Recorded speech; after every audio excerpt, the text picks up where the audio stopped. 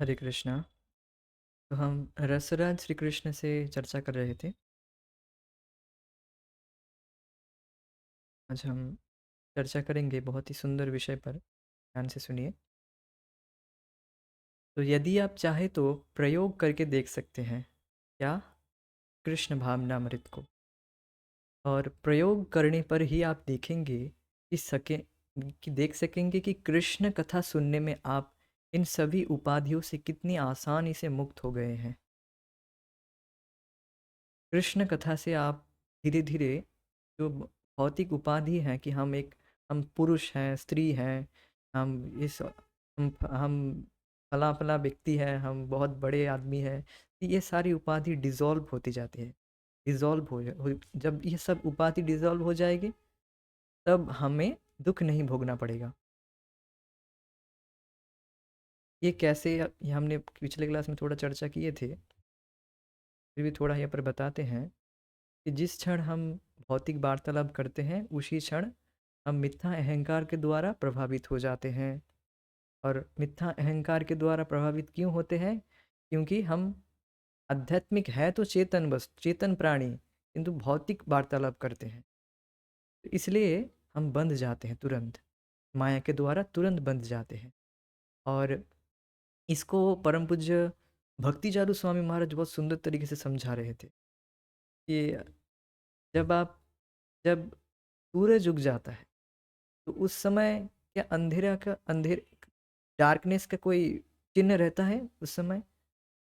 उस समय अंधेरा होने का कोई मतलब ही नहीं है। और आप आर्टिफिशियली कहीं बल्ब जलाएंगे, आर्टिफिशियली, तो वो कितना उजाला देगा? कुछ ही क्षेत्र के अंदर। और बात बाकी जो स्पेस होगा, वहाँ पर तो अंधेरा रहेगा ही। तो हम इस जगत में जो भोग के द्वारा सुख प्राप्त करने का प्रयास कर रहे हैं, वो वैसे ही है, आर्टिफिशियली बल्ब जलाने के समान। किंतु एक बार सूरज हमारे जीवन में आ जाएगा, सूरज सुबह उग जाएगा, तो आर्टिफिशियली बल्ब जलाने के लिए जरूरत नहीं है। वहां पर तो हमें डांट पड़ती है ना, अरे अभी तक बल्ब क्यों जला के रखे हो, बंद करो। हाँ, मुझे बहुत कंप्लेन हुआ इस विषय में। तो आप देख सकते हैं। तो ये सूरज उगना मतलब क्या? मतलब कृष्ण कृष्ण को अपने जीवन में उतारना, कृष्ण भावनामृत को ग्रहण करना। एक बार प्रयोग करके तो देखिए, मतलब एक बार प्रयोग करके देखिए, धीरे धीरे यह अंधेरा, हमारे जीवन का जो दुख रूपी अंधेरा है, वो पूरा समाप्त हो जाएगा। कृष्ण सूर्य सम, माया है अंधकार। कृष्ण है सूर्य के समान। एक बार कृष्ण रूपी सूरज हमारे जीवन में उदय हो जाएगा, तो नेक्स्ट टाइम हमें इस उपाधि से ग्रसित नहीं होना होगा। जो बार बार हम उपाधि से ग्रसित हो रहे हैं, आज हम एक स्त्री के शरीर में हैं या पुरुष के शरीर में हैं, अब नेक्स्ट लाइफ हम कहाँ जाएंगे कोई पता नहीं, कुछ पता नहीं है। गति कर रहे हैं तो एक पता है कि हाँ, हमारी गति सदगति ही होगी। किंतु जो लोग इन विषय में किसी को पता ही नहीं है, जो बिल्कुल भोगों में पड़े हैं, उनकी गति कहाँ होगी? ऐसे प्रभुपाद जी बता रहे थे, it's like a football, someone kicking one place to another place. मतलब फुटबॉल को जैसे भी आप देखेंगे, तुरंत आपको ऐसा लगेगा कि इसको किक किया जाए, ये क्यों यहाँ पर क्यों है, इसको किक किक करते हैं। तो उसी तरह से जीवात्मा को माया देवी किक कर रही है, एक जोनी से दूसरे जोनी, एक जोनी से दूसरे जोनी। इस तरह से हम बार बार उपाधियों से ग्रसित हो रहे हैं। और इस उपाधि से मुक्त कब होंगे? जब हम कृष्ण भावनामृत को अपनाएंगे, कृष्ण भावनामृत का अनुशीलन करेंगे अच्छे से, तो समझ पाए होंगे। निस्संदेह है, एकदम से मस्तिष्क में जमे कूड़े करकट को निकाल फेंकना संभव नहीं है। फिर भी हम इस बात को स्पष्ट रूप से अनुभव करने लगेंगे कि भौतिक प्रकृति का प्रभाव कम होने लगा है। भौतिक प्रकृति का प्रभाव कम होने लगा है। देखिए, एकदम से आप पूरा शुद्ध एक दिन में नहीं हो जाएंगे, एकदम से पूरी तरह से शुद्ध नहीं हो जाएंगे। क्यों? क्योंकि टाइम इममेमोरियल, अर्थात अ, अनादिकाल से हम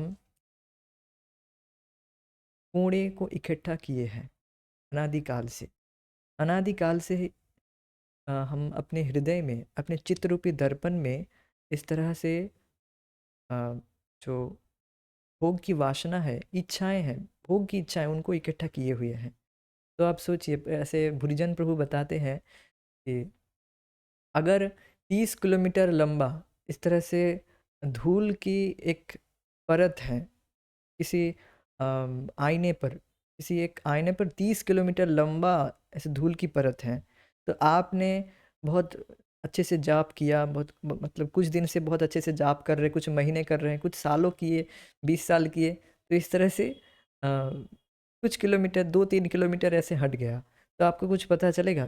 ठीक है, 2 साल से आप जप कर रहे हैं, तब अब देखिए 2 साल में छोड़ दीजिए, 2 महीने अच्छे से जप कर रहे हैं, तो आप क्या आपको कुछ लगेगा कि धूल हटा कि नहीं? 500 मीटर अगर धूल हट जाए, उस 30 किलोमीटर धूल की परत से 500 मीटर धूल हट जाए, तो आपको कुछ पता चलेगा? नहीं चलेगा। और 500 मीटर अगर धूल फिर से उसमें लग जाए, फिर भी पता चलेगा? नहीं चलेगा। तो ये बात है, किंतु धूल हटा है, कृष्ण भावनामृत का अनुशीलन कर रहे हैं, नाम जप कर रहे हैं, तो धूल हट रहा है, और भोगों में लिप्त हो जा रहे हैं, तो और धूल जमता जा रहा है, और धूल और धूल। ये वैसे ये बात है। तो आप देखेंगे, आप अगर साल भर अच्छे से, बहुत अच्छे से जाप करेंगे, तो आप समझ ही पाएंगे ये, यू कैन रियलाइज इट, आप ये अनुभव कर पाएंगे कि हाँ, धूल हटा है। ऐसा नहीं कि बिल्कुल हम वैसे डंब के डंब थे, जैसे डंब आए थे कृष्ण भावनामृत में, वैसे डंब नहीं है। पहले ये समझ नहीं आता कि क्या समझ नहीं आ रहा है, अभी एटलीस्ट ये तो समझ में आता है क्या समझ नहीं आ रहा है, वो तो ये भी प्रोग्रेस है। तो हमें उदास नहीं होना चाहिए, हताश नहीं हो जाना चाहिए कि हम ये नहीं कर पा रहे, वो नहीं कर पा रहे हैं। ठीक है, अब जिस लेवल में है, आप देखिए कि आप पहले से प्रगति किए हैं, तो आप अपने प्रगति पर उत्साह से और ज़्यादा भक्ति कीजिए। आप जिस लेवल में हैं, उस लेवल से भक्ति कीजिए। Don't try to imitate others, दूसरों को नकल करने का प्रयास मत कीजिए। टू डू विच, आप भक्ति कीजिए जिस लेवल में आप हैं, और धीरे धीरे आप वही से प्रगति करेंगे। और कूड़ा हट रहा है, कूड़ा हट रहा है, एक दिन में नहीं हटेगा, क्योंकि अनादिकाल से इकट्ठा किए हुए हैं। तो ये बात है।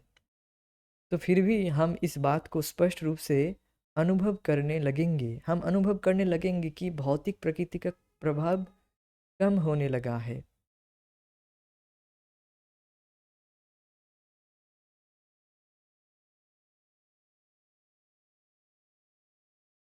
भौतिक प्रकृति के प्रभाव से ही तो हम बार बार, हमें जो भोगों के कार्य हैं उसमें एक एक पुश पुश किया जा रहा था हमको। अब देखेंगे कि हमें भौतिक प्रकृति के द्वारा एक पुश किया जा रहा था भोगों में, हम भोग करना नहीं चाहते थे। और जो एटलीस्ट जो विवेकी पुरुष हैं, जो चाहते थे कि ये भोग वगैरह हम छोड़ दें, किंतु फिर भी प्रकृति के गुणों के द्वारा वे बंध जाते हैं, मतलब हम बन जाते थे। भौतिक प्रकृति 3 प्रकार से काम करती है, सतो, रजो और तमोगुण। तो इन गुणों को प्रभुपाद जी बताते हैं रस्सी के समान है। गुण means it's kind of rope. और ये 3 प्रकार के जो गुण हैं, ये आपस में आकर और डिफरेंट टाइप के रस्सी और ज़्यादा मजबूत बन जाती है।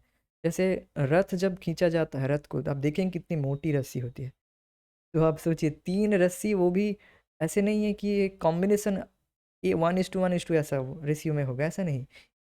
माया देवी अपना अपना कॉम्बिनेशन बनाती है, वो अपने अपने तरीके से कॉम्बिनेशन बनाएगी। हम सोचेंगे कि हम इस तरह से एडजस्ट हो जाएंगे, तो माया देवी भी अपने तरीके से वो एडजस्ट कर लेगी। वो उसके पास अ, हजारों कॉम्बिनेशन है कि इन 3 गुणों को किस तरह से कॉम्बिनेशन बनाएंगे। जो केमिस्ट्री के जो पढ़े होंगे उनको थोड़ा सा इस विषय में समझ में आ रहा होगा कि यह है। इस तरह से माया देवी हमें लगातार बांध रही है, लगातार। हम मनुष्य निरंतर सोच रहे हैं कि कैसे भौतिक प्रकृति को कैसे भोगे, कैसे कुछ ना कुछ इन्वेंट करने के लिए लोग सोच रहे हैं, जिसके द्वारा people want to some draw some sense gratification. लोग चाह रहे हैं कुछ इंद्र तृप्ति, कुछ अपने तरीके से इंद्र तृप्ति करने का प्रयास कर रहे हैं। You will see that. और लोग उतना ही फंसते जा रहे हैं जितना वो चाह रहे हैं कि हाँ इस तरह से प्रकृति को अच्छे से भोग लेंगे, उतना ही फंसते जा रहे हैं।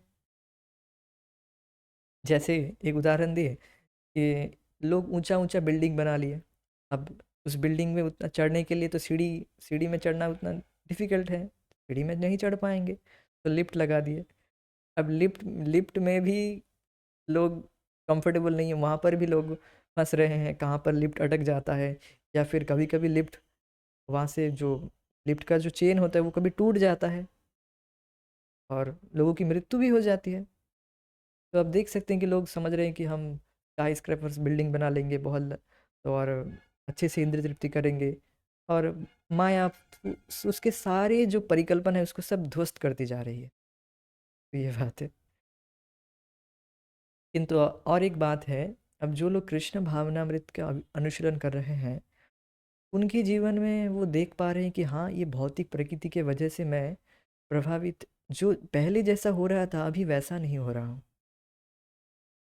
पहले जैसे मतलब गुणों के प्रभाव से एक फोर्स हमें किया जा रहा था करने के लिए, you have to do it, you have to gratify your senses, मतलब एक फोर्स किया जा रहा था हमें, बलादेव नियोजिता, बलपूर्वक नियोजित किया जा रहा था हमें। तो वैसा अभी नहीं हो रहा है, एटलीस्ट कुछ विषय में सभी का ऐसा अनुभव होगा ही। जैसे जो लोग अभी भक्ति कर रहे हैं, अभी किसी कुछ विषय में अभी पर्टिकुलर नहीं बता रहा हूँ, सभी का कुछ ना कुछ तो हटा ही होगा, कुछ ना कुछ जो अनर्थ था वो तो हटा ही होगा। तो ये भक्ति के प्रभाव से है। अनर्थो उपशमम साक्षात, अनर्थो उपशमम साक्षात भक्ति योगम अधोक्षजे। अनर्थ उपशम हो जाता है कैसे? भक्ति योगम अधोक्षजे, अधोक्षज की भक्ति करने से, भगवान कृष्ण की भक्ति करने से हमारे जो अनर्थ है, अनर्थ मीन्स जो अर्थ की प्राप्ति के लिए बाधा है, जो कोई काम का नहीं है। अर्थ मीन्स कृष्ण प्रेम और कृष्ण भक्ति प्राप्त ही अर्थ है, और जो भी कार्य है, जो भी लाभ है वो अनर्थ है, और जो भी जिसको हम लाभ मान रहे हैं वो वास्तव में अनर्थ है, अर्थहीन है। तो ये भगवान कृष्ण की भक्ति से हमारे जीवन में जो दुख है और जो अनर्थ है वो उसका उपशम हो जाता है, मीन्स नाश हो जाता है। तो नाश होने से धीरे धीरे हम समझने लगते हैं, धीरे धीरे हम गुणों से पार हो जाते हैं, मीन्स हमें दिखने लगता है, वी कैन ऑब्जर्व इट, हम ऑब्जर्वर बन जाते हैं धीरे धीरे कि हाँ हमें जो दुख मिल रहा है जो भी, उससे हम प्रभावित नहीं होंगे। ऐसे ऐसा नहीं बताया जा रहा है कि ये आपको दुख ही नहीं मिलेगा। देखिए हमें भौतिक शरीर मिला है तो कुछ ना कुछ तो सुख दुख आएगा ही, किंतु you will became a observer, आप एक ऑब्जर्वर बन जाएंगे, थर्ड पार्टी बन जाएंगे, आप उसमें फंस नहीं जाएंगे, उस सुख दुख में हम फंस नहीं जाएंगे। जैसे पहले हम डिस्टर्ब हो जाते थे वैसे डिस्टर्ब नहीं होंगे। यू विल सी हाँ जो आना था उससे बहुत कम आया है, और वास्तव में है ही। भगवान की भक्ति जो कर रहा है उसके जीवन में बहुत कम देते हैं भगवान, बहुत कम मीन्स बहुत कम, जिससे उसकी भक्ति बढ़े, ये बात है। तो यू यू विल बिकम, धीरे धीरे आप ऑब्जर्वर बनते जाएंगे, देख पाएंगे, चीज़ों को देख पाएंगे, प्रभावित नहीं होंगे, ये बात है।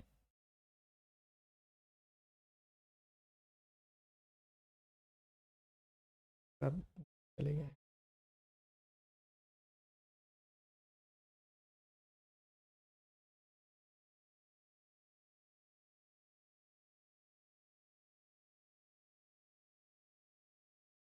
तो भौतिक प्रकृति तीन प्रकार से काम करती है, सतोगुण, रजोगुण और तमोगुण। रजोगुण और देखिए रजो मीन्स रज, रज मीन्स धूल, धूल से जब हमें हमारे आंखों में जब धूल आ जाती है तो हम कुछ देख नहीं पाते अच्छे से। तो उसी तरह से रजोगुण के प्रभाव से हम श्रेय क्या है वो उसको देख नहीं पाते, हमारे लिए वो अच्छा नहीं है, फिर भी वो हमें अच्छा लगता है क्योंकि हमें हमारे आंखों में धूल फेंकी गई है। और ये रजोगुण ऐसी ही है कि इसके द्वारा हम जो वास्तविक वस्तु है उसको देख नहीं पाते। सोचते हैं कि इससे बहुत सुख मिलेगा। जो वास्त इस रजोगुण से ही व्यक्ति ज़्यादातर लोग जूझ रहे हैं, रजोगुण और तमोगुण। सत्वगुण में तो बहुत कम लोग हैं, और जो भी और सत्वगुण में है भी, तो उसमें भी लोग भक्ति नहीं कर रहे हैं कि हम तो वीगन हैं, ये हैं, एटसेट्रा हैं, हम तो अ, ये सब कुछ छोड़ दिए हैं, बिल्कुल vegetarian, not vegetarian, they became vegan and etcetera and all, but they are not interested in Krishna consciousness. तो वो सोच रहे हैं कि हम सत्वगुण में हैं, हम तो बहुत अच्छे हैं, तो वास्तव में ऐसे नहीं। वो भी सब they are first class jailer, वो फर्स्ट क्लास पहले पहले श्रेणी के कैदी हैं। कैदी, तो कैदी तो है ही पहले, चाहे वो आप पहले श्रेणी का हो या दूसरे श्रेणी का या तीसरे, चार है तो कैदी ही। अब जो रजोगुणी वे लोग हैं, वो थोड़े बहुत ज़्यादा जगत से जूझते हैं, क्योंकि वो इंद्रियों के प्रभाव से उनको बहुत ज़्यादा परेशानी झेलनी पड़ती है। तो आप देख सकते हैं कि यहाँ पर एक फ़ोटो रखा गया है, लोग शराब आदि पीते हैं। तो आप बताइए, शराब पीने से क्या लाभ होता है? कुछ लाभ नहीं होता है, केवल लीवर डिस्टर्ब होता है और सब कुछ डिस्टर्ब हो जाता है। तो फिर भी लोग क्यों पीते हैं? क्योंकि उनको दिखता नहीं है कि इससे लगता है कि उनको सुख मिलेगा। सोचते हैं कि इससे दिव्य सुख मिलेगा, आध्यात्मिक सुख मिलेगा। हाँ, ऐसे भी लोगों की कंसेप्शन है। जैसे प्रभुपाद जी जब विदेश में प्रचार करने के लिए गए थे, तो वहाँ के लोग इस तरह से बता रहे थे कि हम जब एलएसडी खाते हैं तो हम भी भगवान बन जाते हैं। मतलब हम भी मन में जो कुछ सोचते हैं वही हो जाता है, तो हम भी भगवान बन जाते हैं। देखो, तुम प्रभुपाद जी बताते हैं उनको, हाँ वो तुम्हारे मन में होता है ना, वो तो वास्तव में कहाँ हो रहा है। भगवान तो वास्तव में पृथ्वी की सृष्टि कर रहे हैं, पालन कर रहे हैं, सब कुछ कर रहे हैं। तुम तो मन में कर रहे हो ना। तो फिर कहते हैं हाँ, तो इतने रजोगुण के द्वारा प्रभावित है। तो ये सब रजोगुण के प्रभाव से होता है। लोग समझते कि हम बिल्कुल खुले आसमान में बिल्कुल उड़ते पंछी बन गए।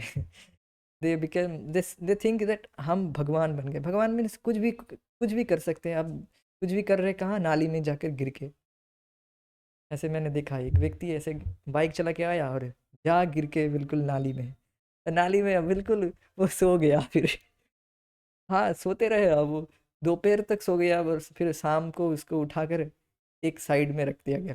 लोगों ने उसको उठाकर एक साइड में रख दिया। तो कुछ पता ही नहीं है। तो ये बहुत डेंजरस है रजोगुण के। और आप देख रहे हैं कि कभी कभी साधक लोग भी रजोगुण के द्वारा प्रभावित हो जाते हैं। तो ये सब क्यों हो रहा है? क्योंकि एक समय इस गुणों के द्वारा बहुत सेवन किए हैं, गुणों का सेवन किए हैं, गुणों को किए हैं अच्छे से, इसके द्वारा इसलिए प्रभावित हो जाते हैं। आप देखेंगे कि बहुत कम प्रभावित अभी हो रहे होंगे, जो भी अच्छे से साधना कर रहे होंगे। और जो भी आप देखेंगे, धीरे धीरे इसका प्रभाव कम होगा जितना आप भक्ति करते जाएंगे। ये सब बात है। कृष्ण और एक प्रभु जी सुंदर चीज़ बता रहे थे। ठीक है, इस रजोगुण को आप भगवान की भक्ति में लगाइए। मतलब हमारा हमारे दिमाग में कुछ ना कुछ चलता रहता है, कुछ ना कुछ प्लानिंग बनता रहता है, ये करना है, वो करना है। आप एंगेज कीजिए अपने माइंड को, अपने मन को भगवान की सेवा में लगाइए। मतलब जो भी आपको करने के करने अच्छा लगता है करने के लिए, वो आप कृष्ण के लिए कीजिए। जैसे मेरा जो मन है वो बहुत चंचल है। मेरा my mind is very flickering. सबका है, मेरा ही नहीं, सबका है। सबका मन बहुत चंचल रहता है, ये रजोगुण के प्रभाव से है। तो हमें क्या करना है? अपने मन को भगवान की सेवा में लगाना है। मीन्स भगवान के विषय में चर्चा सुनना है, तो उस विषय में हमारा मन लग जाएगा, तो और कहीं नहीं जाएगा। इसलिए मैं इस सब क्लास वगैरह में आ जाता हूँ, नहीं तो मेरा मन कहीं और चला जाता अभी। माया की सेवा करता। दैट्स वाई आई एम उस तब इसीलिए मैं इस कृष्ण कथा में बिल्कुल आता हूँ। नहीं तो मेरा इतना कोई रुचि वगैरह नहीं है, मैं बस अपने आप को बचाने के लिए आ जाता हूँ। ठीक है, आप भी आ जाइएगा, सभी लोग जो भी इंटरेस्टेड हैं। तो ये सब बात है। तो रजोगुण हो गया। अब तमोगुण।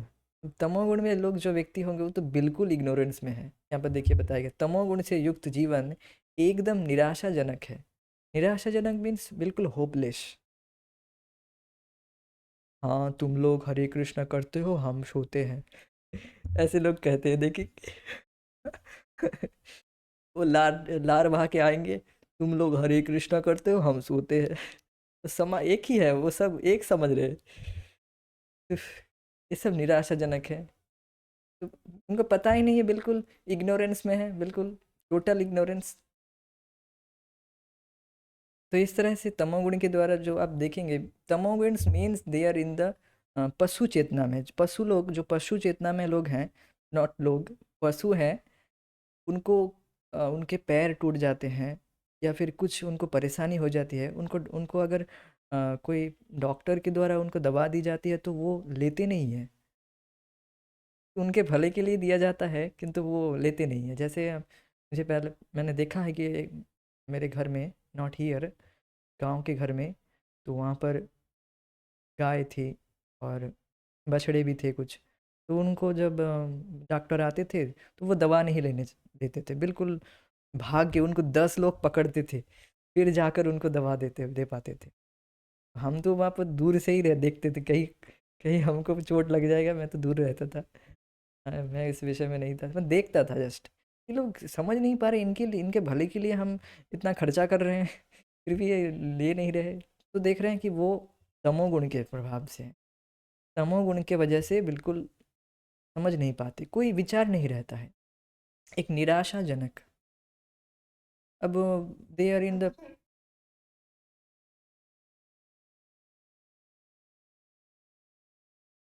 यस, इसी को तो मैं तो उदाहरण से समझा रहा हूँ।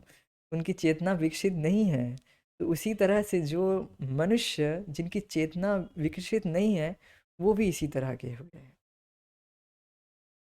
That's why I am telling about the animals. मतलब मैं इसीलिए उनका उदाहरण समझा रहा हूँ। मतलब जैसे पशु तमोगुण में है, उसी तरह से मनुष्य तमोगुण के प्रभाव से बिल्कुल अपने जीवन के प्रति निराशाजनक है। अब मनुष्य जीवन मिला है, क्या गति होगी, कुछ विषय कुछ पता नहीं है, कुछ, दे आर टोटल इग्नोरेंस।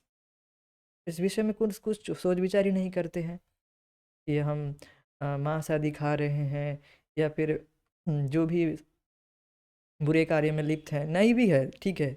हम हम हम किसी भक्ति नहीं करते, बस जो भी कमाते हैं और खाते हैं, हम किसी का कुछ नहीं करते, हम वी आर लिविंग पायस। तो कहते कि हम बहुत धार्मिक हैं, हम बहुत धार्मिक है। क्या ये धार्मिकता है? क्या उनकी गति अच्छी होगी, मांस आदि खा रहे हैं और कमा रहे हैं, कि हम किसी का बुरा नहीं करते, हम ठीक है, हम ऐसे ही हैं, तो उनकी गति क्या अच्छी गति होगी? नहीं, टोटल इग्नोरेंस में है। जैसे मेरा एक मैथ्स का टीचर था कॉलेज में, वो इस तरह से बोलता था कि हम, देखो, तुम हरे कृष्णा करते हो ठीक है, किंतु हमारा तो मेन नीति यही है कि बिकेम ऑनेस्ट, ऑनेस्ट ऑनेस्ट बनो। ये सब हरे कृष्णा करने से क्या होगा? हमारा तो बस यही है, ऑनेस्ट बनो। तो उनसे मुझे प्रश्न है, और ऑनेस्ट बनो इस सब कहकर कुछ वो उल्टा सुल्टा गाना चला देते थे, और उल्टा सुल्टा उसको विषय में लोग चर्चा करते थे। भौतिकतावादी गाना चलाकर वो, मतलब जब खुद ही रील्स वगैरह देखते थे, तो देखो, अरे, फिर ये सब तो इस तरह से कहते थे ऑनेस्ट बनो, ये सब बनो। ये ऑनेस्टी है, यही ऑनेस्टी है, और ये लोग कहाँ जाएंगे? पशु की जोनी में जाएंगे, और कहाँ। जो भी हो, ये सब बात है। लोग निराशाजनक, एकदम निराशाजनक है, बस समझ नहीं पा रहे कि उनकी गति क्या होगी। और भक्त लोग, साधक लोग भी परेशान हो जाते हैं इनसे, कभी कभी काउंसलिंग ले लेते हैं इन इस तरह के लोगों को।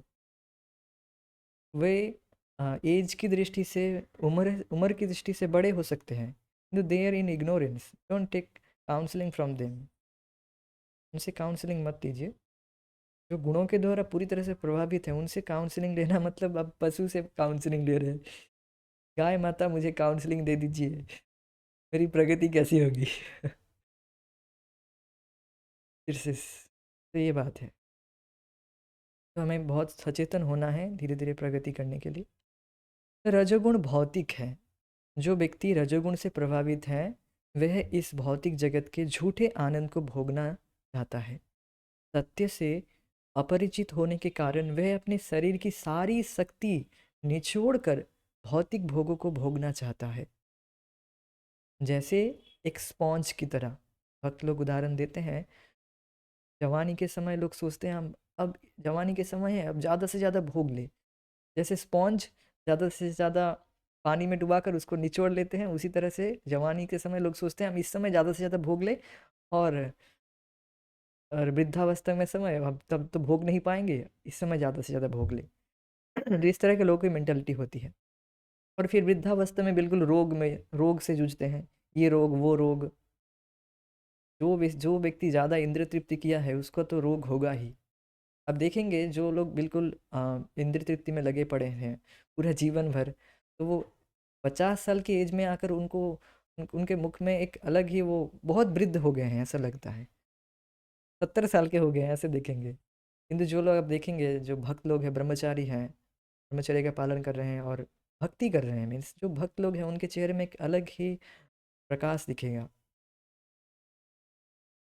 अब परम पूज्य भक्ति बृहत महाराज को देखेंगे, इज नाउ 60, उनका उम्र 60 हो गया है, फिर भी वो कितने यंग दिखते हैं। तो जो भी अब सन्यासियों को देखेंगे अभी इस्कॉन के, तो वो कितने यंग दिखते हैं। खासकर तो परम पूज्य राधानाथ महाराज को देखेंगे, is very jolly, is very glowing. मतलब मैं यहाँ पर मायापुर में आते ही हैं, महाराज क्लास देने के लिए आते हैं, तो मेरा तो फर्स्ट टाइम उस समय मैंने देखा, आई वॉज एस्टोनाइज्ड, महाराज इज़ लाइक ग्लोइंग, मेरे सामने ही, बिल्कुल सामने ही। मेरा सौभाग्य था उस समय। आप फिर से आएंगे इस साल में भी पता नहीं, अगले साल आए थे, तो मुझे मेरा सौभाग्य मिला था, मुझे सौभाग्य मिला था भगवान महाराज के, बिल्कुल महाराज बिल्कुल मेरे सामने से चले गए ऐसे, महाराज ऐसे बिल्कुल नम्र से, और उनका जो चेहरा है वो ग्लो कर रहा था बिल्कुल। आपने भी देखा होगा और वीडियोस में भी देखे होंगे, कितने जॉली हैं, कितने ग्लोरियस हैं। तो आप देख सकते हैं, दीज दीज आर, क्या ही बताया जाए।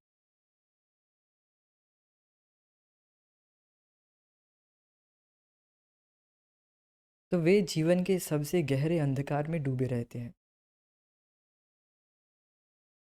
ये हमने थोड़े से, हाँ, तो इसी को रजोगुण कहते हैं, जो इस तरह से ज़्यादा भोग करना चाहते हैं। और जो तमोगुण से प्रभावित हैं, उनमें ना तो रजोगुण के कोई लक्षण होते हैं और ना ही सत्वगुण के। वे जीवन के सबसे गहरे अंधकार में डूबे रहते हैं।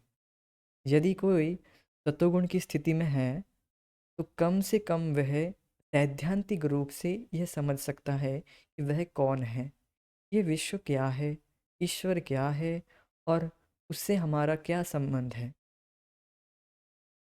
तो सतोगुण में रहना, सतोगुण में रहकर हम इन चीज़ों को समझ सकते हैं। अब सतोगुण के द्वारा इतना प्रभावित ना हो जाए, भगवान से बिल्कुल विमुख हो जाए, ऐसा नहीं होना चाहिए। सतोगुण में रहकर मीन्स ज़्यादा सादा जीवन जीकर, आध्यात्मिक प्रगति के लिए हमें सादा जीवन जीना चाहिए, जिसके द्वारा हम आध्यात्मिक चीज़ों को समझ सकें। क्यों? क्योंकि देखिए, आध्यात्मिक अर्थात आत्मा से संबंधित वस्तु जो भी चर्चा है, ये सब सूक्ष्म है। सूक्ष्म मीन्स वेरी सटिल, बहुत ज़्यादा सूक्ष्म है। हमारी बुद्धि जितनी जड़ होगी, हम इन सटिल वस्तु को, सटिल चीज़ों को समझ नहीं पाएंगे। बहुत सूक्ष्म चीज़ है।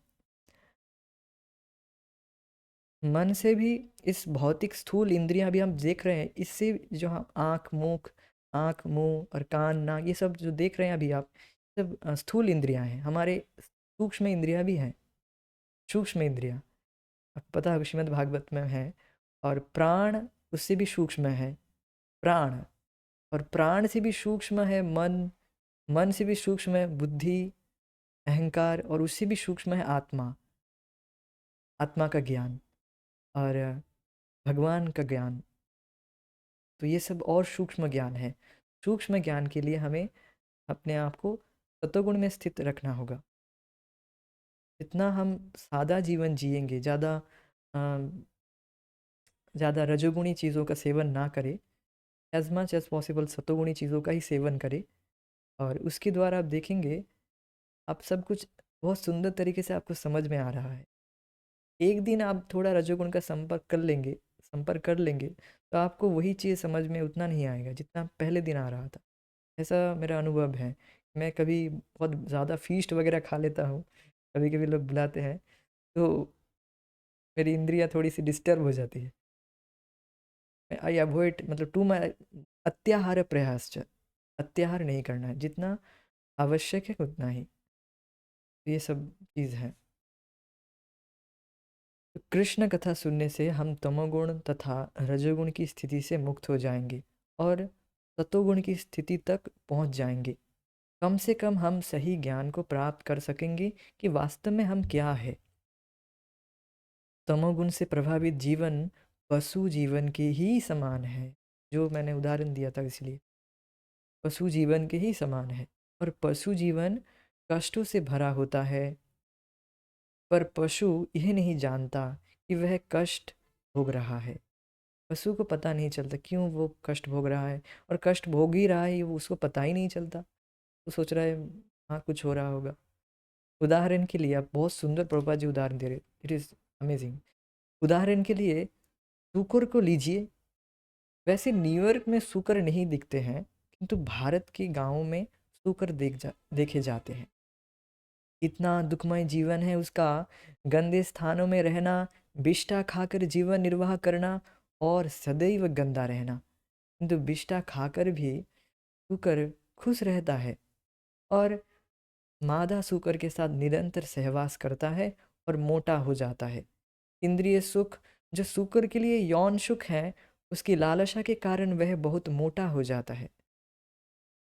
प्रभु जी बता रहे थे, आप सर्च कीजिएगा एक दुगला पतला सूकर, सर्च कीजिएगा इंटरनेट में, कभी आपको मिले तो, कभी भी आपको मिलेगा ही नहीं दुगला पतला सूकर। सूकर जो है वो इंद्रिय तृप्ति करते करते ऐसा वो इस तरह से मोटा ही रहता है।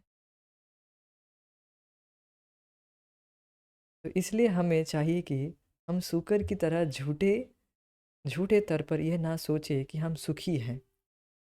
प्रभुपाद जी का एक बार पूछा जा रहा था कि संतुष्टि क्या है, हम तो संतुष्ट हैं, एक भौतिकतावादी लोग कहा बताए कि हम अपने जीवन से संतुष्ट हैं, हम तो, हमारा जीवन तो बहुत सुंदर चल रहा है, हम भोग करके बहुत सुंदर सुंदर पत्नी है, सुंदर घर, बच्चे हैं, कितने प्यारे प्यारे बच्चे हैं, देखो हम तो बहुत संतुष्ट हैं।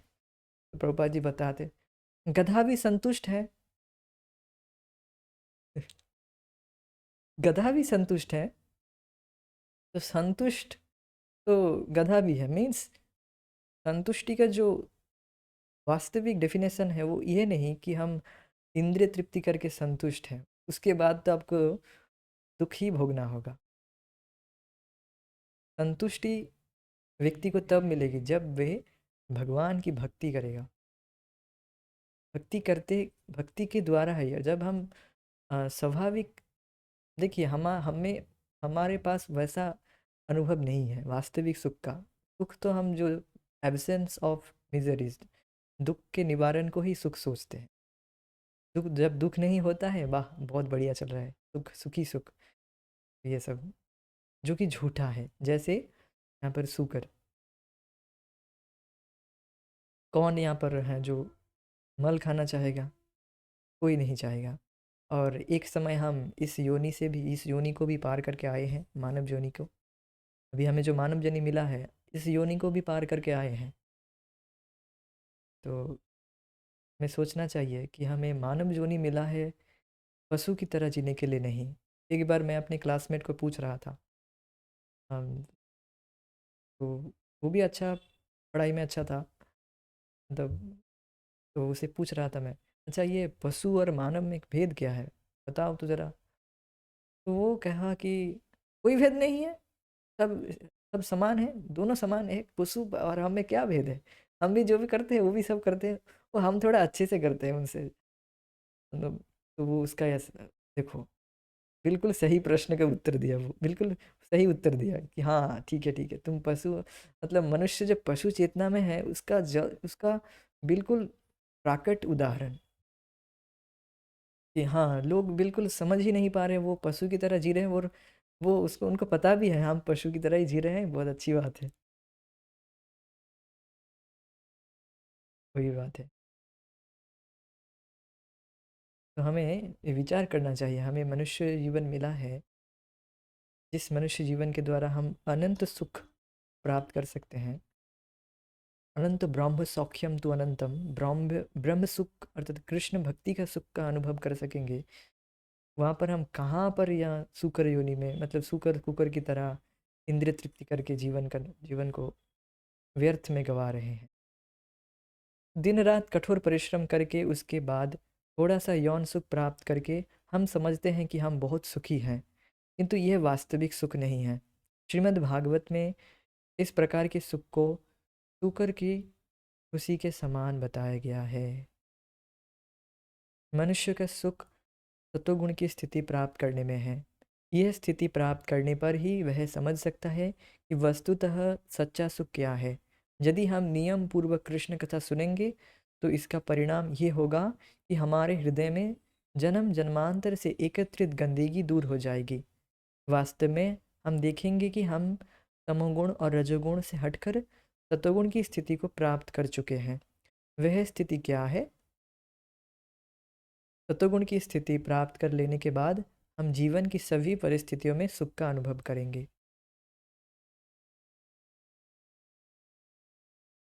तो ऋषभ देव अपने पुत्र को बताते हैं कि देखो, तुम्हें जो ये इंद्रिय तृप्ति, तुम्हें जो ये मनुष्य जीवन मिला है, नायम देह देह भाजाम नृलोके, तभी मनुष्य, तुम्हें जो ये मनुष्य जो जीवन मिला है, नायम देह देह भाजाम, तुम्हें ये जो देह मिला है, मनुष्य जीवन मिला है, ये तो, और इसके द्वारा जो इंद्रिय तृप्ति का जो सुख है, जो कष्टान कामान अरहते बिडभुजाम, और बहुत मेहनत करके, बहुत ज़्यादा कष्ट करके, जीवन में बहुत ज़्यादा कष्ट उठाकर मनुष्य जिस इंद्रिय सुख को अनुभव करता है, इंद्रिय सुख को प्राप्त करता है, वो सुख तो शुकर को भी प्राप्त है। शुकर तो उसे तो और आसानी से प्राप्त हो जाता है।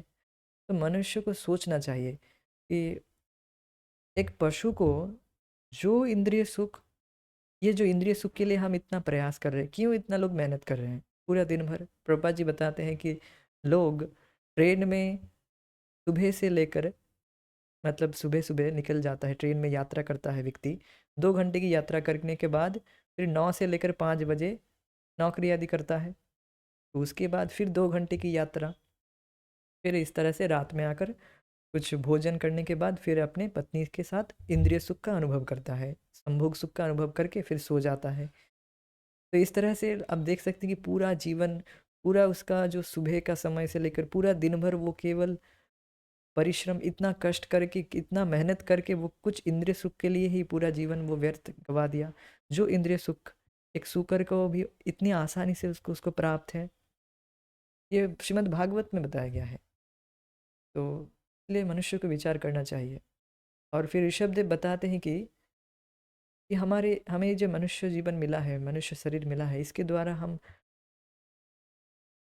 तपो दिव्यम ये न पुत्र का, दिव्य तपस्या के लिए है ये मनुष्य शरीर।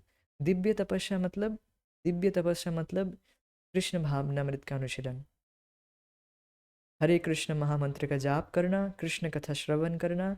यद्यपि हमें अभी अच्छा नहीं लगेगा, it will be spiritual torture for us, मतलब ये हमारे लिए आध्यात्मिक टॉर्चर को क्या कहेंगे, जो भी हो, आध्यात्मिक स्पिरिचुअल टॉर्चर होगा हमारे लिए। जो जो व्यक्ति पूरी तरह से गुणों से प्रभावित है, उसके लिए क्या लगेगा, ये क्या सब चर्चा है, ये सब क्या है, सब तो बिल्कुल अच्छा नहीं है। जो नए नए व्यक्ति में आए होंगे और ऐसा उनको लगता होगा, और उस समय तो देखिएगा किताब खुलेगा ही नहीं, अब अकेले पढ़ ही नहीं सकते, और पढ़ भी लेंगे तो सो जाएंगे। तो ये सब बात है, गुणों के द्वारा हमें ये अच्छा नहीं लगता, फिर भी हमें शास्त्र के आधार पर, हमें शास्त्रिक बुद्धि से भगवान की भक्ति करना है, क्योंकि इसके द्वारा, इस दिव्य तपस्या के द्वारा हम अनंत ब्रह्म सौख्यम तो अनंतम, अनंत ब्रह्म सुख अर्थात भगवान की भक्ति का सुख का अनुभव कर पाएंगे, जो कि वास्तविक हम जिसके लिए है, तब हम चेतन प्राणी हैं और हम डिजर्व करते हैं इस ब्रह्म सुख को। कहाँ पर हम पड़े हैं, थिंक अबाउट इट।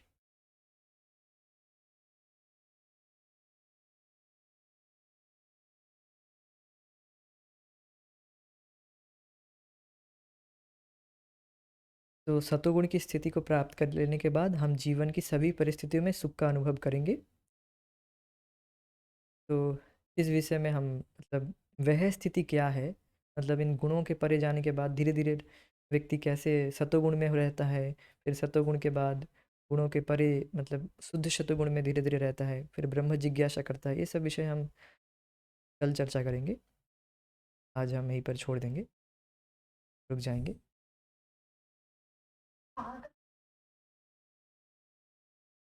वह स्थिति क्या है, मतलब वास्तव में हम देखेंगे कि हम तमोगुण रजोगुण से हटकर सत्वगुण की स्थिति को प्राप्त कर चुके हैं। इसको थोड़ा सा और ज़्यादा चर्चा कर देते हैं कि जब हम कृष्ण भावनामृत का अनुशीलन करते हैं तो हम धीरे धीरे सत्वगुण में स्थित होते हैं। हमें सत्वगुणी चीज़ अच्छी लगती है, सादा जीवन जीना अच्छा लगता है।